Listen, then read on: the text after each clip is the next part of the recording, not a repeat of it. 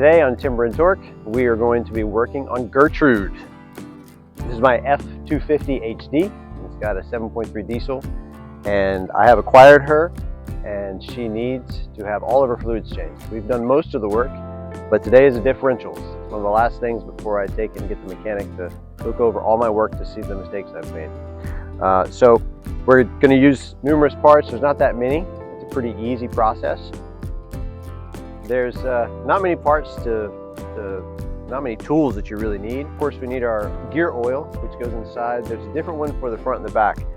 They're recommended, they upgraded the recommendation for the rear from 80 to 75 W140 for the rear because it just helps lubricate the gears better. But really all we need is to be able to take some bolts off. This is just from Harbor Freight, to be able to pump in and out the fluid. The front differential doesn't have a drain, well, neither has a drain plug. So the back, we're gonna have to pop off the whole casing. On the front, we're just gonna empty it out and refill it. I'm sure it's gonna be extremely black. Need something to put it in, and then of course, everyone's magic penetrating oil to get rid of the rust that's on there. And then we'll need brake cleaner to clean off the actual surface when we put it back on. Finally, a gasket maker. So we won't be able to finish this today because this has to set for 24 hours before we can actually put oil back into the differential. This shouldn't take too long, but knowing me, it probably will take much longer than it needs to be. All right, well, Ford decided to use some square bolt in here for the drain plug or fill plug, and I don't have a square thing to put on it. Somehow I gotta get this thing loose. Don't know how I'm gonna get enough leverage. I don't have any leverage on it. There she goes. Hey, that didn't take very long. I thought I was gonna need all this, but I didn't. All right, I'm sure there's gonna be something that comes out here. Oh, wait a minute. And nothing came out. Oh, it's not that black. Look at that. It's actually pretty clean. Hey, that's a good sign. But then again, this is the four-wheel drive side of it. And so it probably never gets used. We're still gonna change it because why would I go through all that and not change it? All right, I'm putting it in here because I want to see these little marks. That's a quart each. I'm smart that way. And it'll probably fall over and dump all onto me. Let's see how much I can suck out of here. Get in there. There's supposed to be 2.5 quarts, I think, in there. And that's like after eating Mexican. And that's all I got in there. I don't know. That is supposed to take about 2 quarts, but that ain't 2 quarts. It's got a few metallic bits in it, but not much. I think she looks pretty good. It obviously had been changed before, and the truck's at 260,000 miles. It's really clean, so I do see some metallicness to it, so let's see how it turns out. Taking pictures of fallen objects. All right, I got some 80 W90 left over. I'm pretty sure it's not a full, but it's pretty close. So maybe I can just put these two in. What's left in here and here. I just opened these for the four-wheeler. Let's use 2 of those and see if it'll fill it up. Maybe I can get my money back. Oh, that's a perfect angle for not being able to do anything. Oh, maybe, oh, there we go. Oh yeah, there we go. Oh. All right, we're filled up, and I'm sure there's a torque specification for this. Guess what? We're gonna do it like the Germans say, guten tight, and just make sure it's snug. Now I'm gonna suck as much out as I can before I crack open the front, because that front, if I don't, it's gonna just drop everywhere. And hopefully, I don't have to be under here too much. But no, I didn't do it right. Oh well.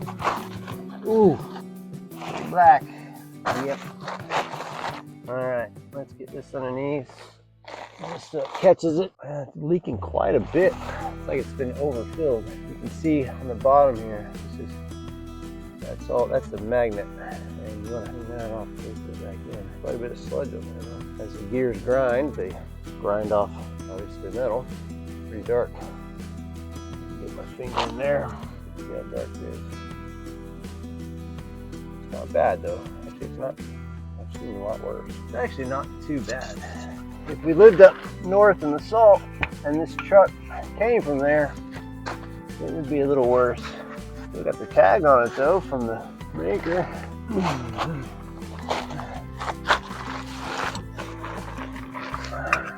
Gonna use the breaker bar to get them, make sure they're all free before I start taking everything off. Now all I gotta do is use my ratchet and get them off. I probably should take this off, but S128. I'd have to look up what all that means.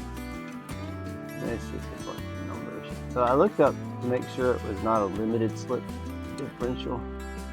When I had the wheels off the ground, when I turn one side, the other side turns the opposite direction, which that means it's not limited slip. Which means I don't have to put an additive in. Which is good, because that's another thing I gotta buy. I've already bought enough for this truck. I'm gonna need a little hammer. That's up front. Oh, of course.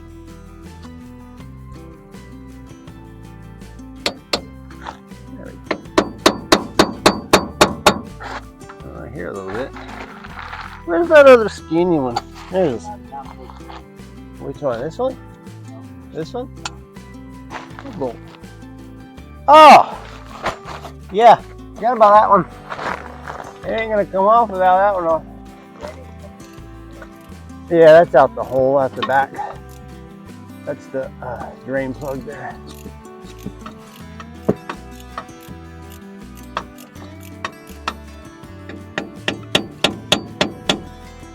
Not working. Oh yeah, here we go. Ready? This is gonna get all over my face and into my hair. Oh, there it goes. Nice and soft. Okay. Well, I don't want to pop the whole thing yet. I just want to let it drain.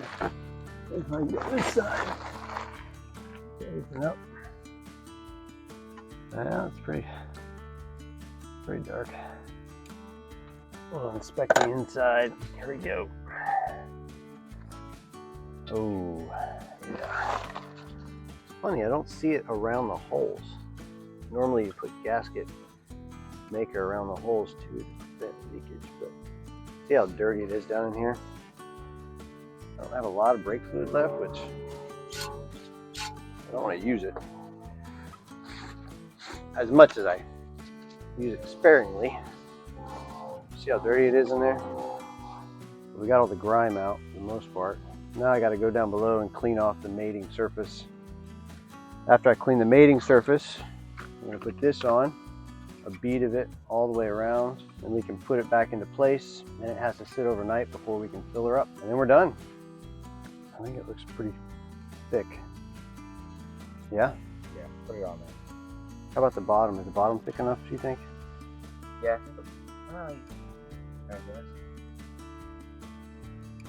Or just a couple minutes. That's fine.